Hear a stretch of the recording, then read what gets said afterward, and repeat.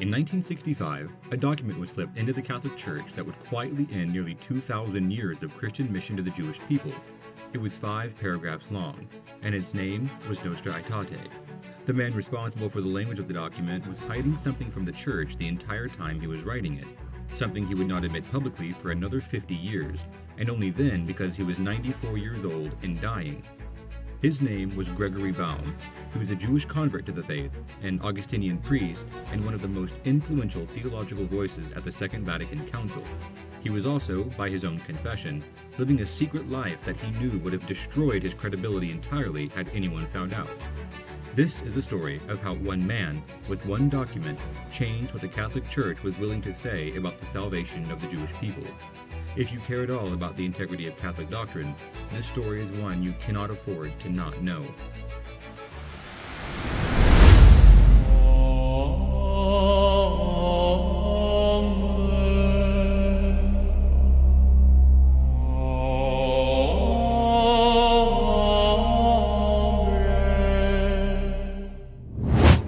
October 28, 1965. The Second Vatican Council is in its final weeks. Pope Paul VI promulgates a short document barely 5 paragraphs long, Nostra Aetate, the declaration on the relation of the Church with non-Christian religions. In Catholic circles, it will become both one of the most celebrated and most contested church documents of the 20th century. For the Catholics who grew up after the Council, Nostra Aetate was simply part of the furniture. It was there when they arrived. They were told it corrected a long history of Catholic anti-Semitism, that it healed something broken between the Church and the Jewish people, that it represented the Church finally getting something right that it had gotten wrong for nearly 2,000 years. What almost none of them were told was who wrote it. To fully understand exactly why authorship of Nostra Aetate matters, you have to go back much further than 1965. You have to go back to the very beginning of Christianity itself, to a conflict that nearly tore the early church apart before it had ever found its footing. The year is approximately 50 AD. St. Paul has been traveling through Galatia, planting churches and preaching the gospel. And when he moves on, a group of teachers moves in right behind him. They call themselves Christians. They accept that Jesus is the Messiah, but they have a condition they've attached. Gentile converts, they insist, must also be circumcised and observe the Mosaic law. The Old Covenant, in their view, is still binding and necessary for salvation. St. Paul's response when he hears what is happening to his Galatian communities is nothing short of volcanic.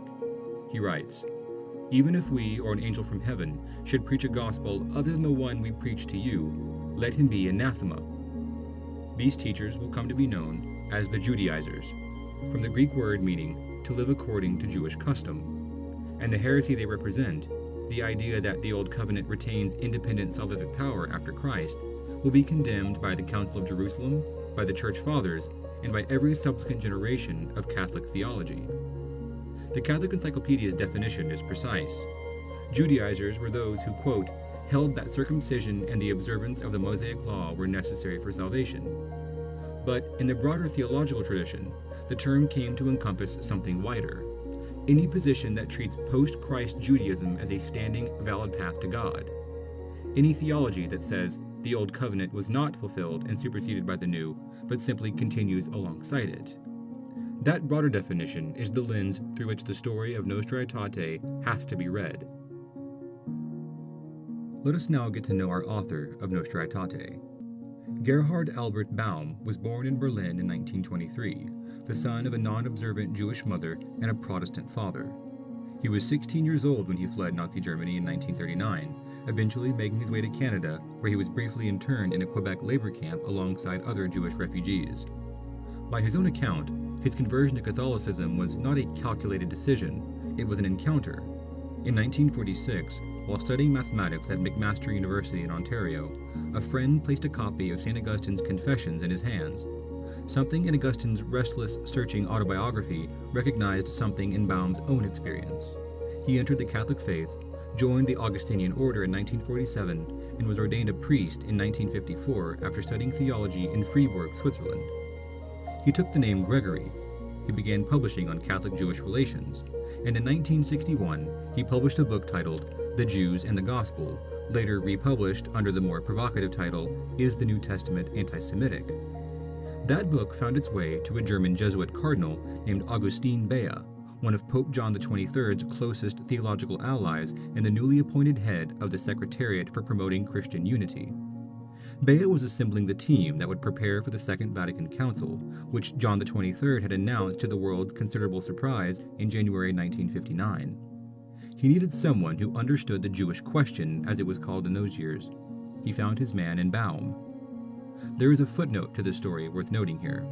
Baum was not alone in this endeavor. Another Jewish convert, Father John Oesterreicher, an Austrian exile who had lost his family members in the Holocaust, would serve as a co-drafter of the document that became Nostra Aetate. Both of the primary architects of this declaration on the Church's relationship with Judaism were themselves Jewish converts. That is not a disqualifying fact, but it is a fact, and it shaped everything that followed. The Second Vatican Council opened on October 11, 1962. It would run across 4 annual sessions until December 1965, and it would produce 16 documents, covering everything from the nature of the Church to the role of the laity to the Church's relationship with the modern world. Baum attended every session as an official peritus, a theological expert, attached to Cardinal Bea's secretariat. His portfolio covered 3 documents, but the one that would define his legacy was the document on non-Christian religions, Nostra Aetate. The story of how Baum came to write the first draft is, in a small way, a revealing one. Cardinal Bea asked his team for a volunteer. The room apparently did not rush forward, and then, after the meeting had ended and the others had left, he approached the cardinal privately. Baum recalled years later in an interview with Commonweal magazine, quote, "I came forward after everyone left and said I had some experience in this area." The draft Baum produced became the foundation of Nostra Aetate.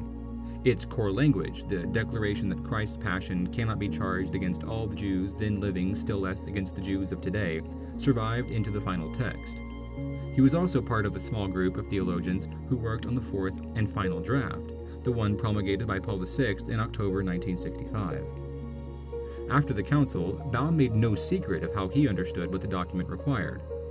In his 1977 publication, Christian Theology After Auschwitz, he wrote, quote, "After Auschwitz, the Christian churches no longer wish to convert the Jews." In that statement, Baum clearly expresses what he understood the council had decided. Paragraph 4 of Nostra Aetate, the section specifically addressing Judaism, makes several distinct claims. It affirms the Church's spiritual bond with the descendants of Abraham. It acknowledges the Church's debt to the Ancient Covenant and the Old Testament revelation. It states that Jews should not be presented as rejected or accursed by God. And it also rejects the idea that the Jewish people as a whole, then or now, bear collective guilt for the death of Christ. However, what the document does not do, at least not explicitly, is abolish Jewish evangelization. But Baum certainly read it that way, and many of its architects read it that way as well. But the text itself left room for interpretation. Over the ensuing decades, that room narrowed considerably, and in December of 2015, on the 50th anniversary of the promulgation of Nostra Aetate, the Vatican's Commission for Religious Relations with the Jews published a document titled "The Gifts and the Calling of God Are Irrevocable." It was unambiguous in its conclusions. Converting Jews, it stated, is no longer a matter of missionary efforts in the Church.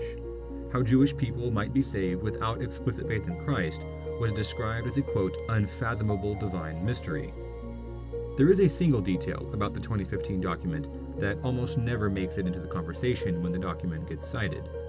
The authors of the document made it a point to include their own reflection on its contents within the document itself, writing that it is, quote, "not a magisterial document or doctrinal teaching of the Catholic Church." So the trajectory that began with Nostra Aetate arrived 50 years later at a non-magisterial reflection that abandoned Jewish evangelization and then quietly disclosed in fine print that it had no binding authority. Understanding how that happened requires understanding the man who set it in motion and the life he was living in secret while he did. In 2017, the year of his death at age 94, Gregory Baum published a memoir. He titled it "The Oil Has Not Run Dry: The Story of My Theological Pathway." Progressive Catholic publications received it very warmly. It was praised as honest and brave and as a final reckoning with a long and remarkable life. Now, it was certainly honest, perhaps more honest in some respects than Baum may have intended it to be received. In his autobiography, Baum disclosed that his first homosexual experience had occurred when he was approximately 40 years old. This would place the year of his experience around 1963. The Second Vatican Council was in its second session that year, and Baum was in Rome serving as apparatus, helping to shape the document that would become Nostra Aetate. He then explained why he had never said any of this publicly while he held influence in the church. Doing so, he wrote, would have, quote, reduced my influence as a critical theologian. See, Baum was engaged in conduct that the church he was advising considered gravely disordered. He was aware that if any of this became known, his credibility would collapse, and so, deliberately, he concealed it while holding one of the most consequential theological advisory positions at one of the most consequential councils in modern church history. Now, it's important to note that nothing I'm saying here about Baum comes from any of his critics. It comes directly from Gregory Baum himself, in a book he published the year he died. Perhaps why he waited until 50 years after the council to divulge this information about his life during the council is beginning to crystallize. What Gregory Baum's life looked like after the council only deepens the picture. In 1974, Baum, a practicing homosexual, left the active priesthood and was formally laicized following his persistent disagreements with the official church teaching on homosexual relationships. In 1978, he married a woman named Shirley Flynn, a former member of the Loretto Sisters. By his own account, she was aware of his homosexual orientation and had no objection to his maintaining other relationships. After the two of them moved to Montreal in 1986, Baum began a long-term romantic relationship with a man named Normand, a former priest. That relationship continued well after Shirley's death in 2007. Baum wrote about it openly, described his sexuality as nonconformist, and spent the final decades of his life as an advocate for the normalization of homosexual relationships within the church. Theologically, the trajectory was similar. He embraced liberation theology. He developed a synthesis between Marxist sociology and Christian ethics that drew formal rebuke from church authorities. He even publicly dissented from Humanae Vitae. He also dissented from the church's 1976 Declaration on Sexual Ethics. His admirers in progressive Catholic media treated all of this as evidence of courage. But there is another way to read it. Here's a man who was given extraordinary access to one of the most important ecclesiastical events of the 20th century, who then used that access to reshape the church's relationship with Judaism in a direction he had personally decided upon, and who was at the same time quietly living in contradiction to the moral teaching of the institution he was advising. The question of what that combination of circumstances produced is not a question about personal morality in isolation. Rather, it's a question about the integrity of a process, a question every Catholic has the right to ask. Which brings us to the question that matters most for ordinary Catholics trying to make sense of all of this. What authority does Nostra Aetate actually carry? And what does the Church itself say a Catholic owes to this document? Well, that answer begins with a fact that surprises many Catholics when they first encounter it. See, not all Vatican II documents are equal. The Council produced 16 documents across 3 distinct categories, and the category a document falls into determines the level of assent it requires. The dogmatic constitutions sit at the top of the hierarchy: Lumen Gentium, Dei Verbum, Sacrosanctum Concilium, Gaudium et Spes. These are the documents carrying the greatest theological authority produced by the Council. Below those are the decrees. These address specific pastoral and disciplinary questions. And at the very bottom of the hierarchy are the declarations, of which Vatican II produced 3, one on education, one on religious liberty, and Nostra Aetate. Pope Paul VI addressed the question of the Council's authority directly at a general audience on January 12, 1966, just weeks after the Council closed. Given the pastoral character of the Council, he said, it deliberately avoided proclaiming dogmas endowed with the note of infallibility. The Council's own doctrinal commission had said the same thing explicitly in a formal declaration on March 6, 1964, a declaration it repeated on November 16th of that same year. Nothing in the Council's documents was to be understood as a solemn dogmatic definition unless this was manifestly evident from the text itself. Vatican II issued no anathemas. It defined no new dogmas. It was, by its own deliberate choice, a pastoral council. The 1917 Code of Canon Law, the framework that governed the Church at the time of the Council, stated plainly, a thing is not understood as dogmatically defined unless this is manifestly established. So clearly, it is not manifestly established within the document of Nostra Aetate. However, I want to make it very clear that none of what I have said means Catholics can simply ignore Nostra Aetate. That's not what the Church teaches. But what the Church does teach about the assent owed to non-infallible documents is more nuanced than most Catholics have ever been told. In 1990, the Congregation for the Doctrine of the Faith, under Cardinal Joseph Ratzinger, who would later become Pope Benedict XVI, published an instruction called Donum Veritatis. It addressed precisely this question. What does a Catholic do when a non-infallible magisterial teaching causes genuine difficulty? Ratzinger's answer, characteristically, was very careful. Loyal submission to the ordinary magisterium must be the rule, he wrote. That baseline matters and cannot be abandoned casually. But he also acknowledged, without hedging, that a theologian may raise questions regarding the timeliness, the form, or even the contents of magisterial interventions. He acknowledged that some magisterial documents, particularly those of a prudential character, might not be free from all deficiencies, and he identified the most legitimate ground for questioning a non-infallible teaching, when that teaching appears incompatible with other magisterial teachings that are more certainly and definitively established. Private difficulties with a non-infallible teaching, Donum Veritatis made clear, are not condemned. They are part of the normal theological life of the Church. What is condemned is public opposition, polemical campaigning, attempting to use the media or political pressure to force a change in the Church. Interior reservations, held honestly and in good faith, are another matter entirely. And when you place Nostra Aetate's implicit drift toward a dual covenant theology alongside the Council of Florence's explicit dogmatic definition naming Jews among those who cannot share in eternal life apart from the Church, the question of which teaching is more certainly and definitively established answers itself. The Council of Florence met between 1438 and 1445, and in 1442, Pope Eugene IV promulgated the decree Cantate Domino, containing one of the most explicit dogmatic statements on salvation in the Jewish people in the history of Catholic doctrine. It stated, quote, "The Most Holy Roman Church firmly believes, professes, and preaches that none of those existing outside the Catholic Church, not only pagans but also Jews and heretics and schismatics, can have a share in eternal life, but that they will go into the eternal fire which was prepared for the devil and his angels, unless before the end of life they are joined to her." And this was not an isolated moment in the Church's history either.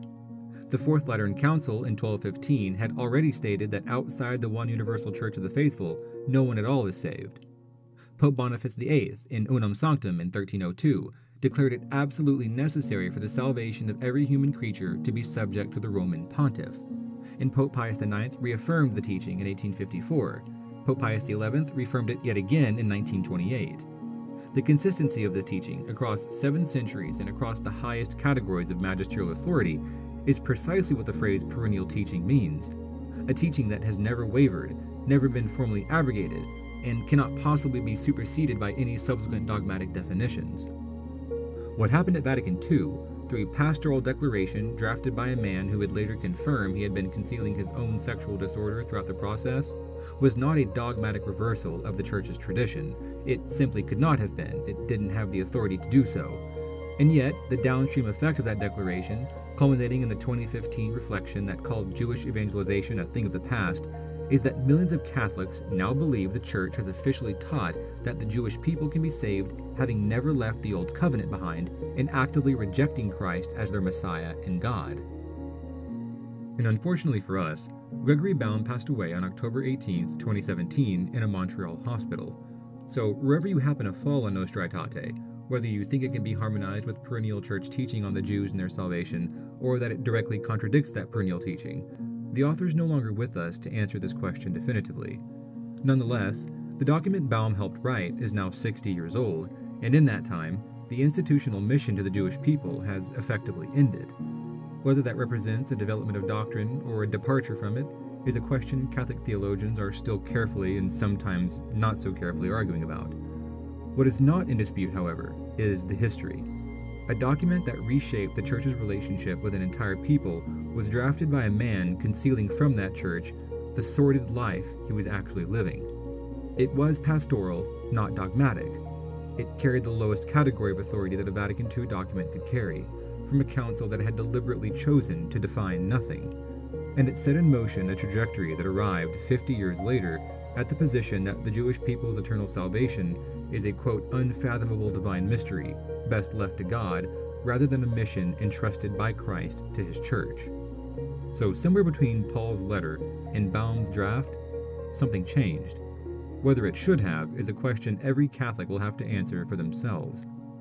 But I've produced this short documentary for you guys because I believe that you ought to answer it knowing the full story. Alright guys, that marks the end of this episode. I really appreciate you guys tuning in for another one. Don't forget to like and subscribe and hit that notification bell to get notified for future uploads. Go ahead and leave a comment down below of something you learned new in this documentary, or if you just want to let me know what you'd like to see me cover in the future. And don't forget guys, Jesus loves you.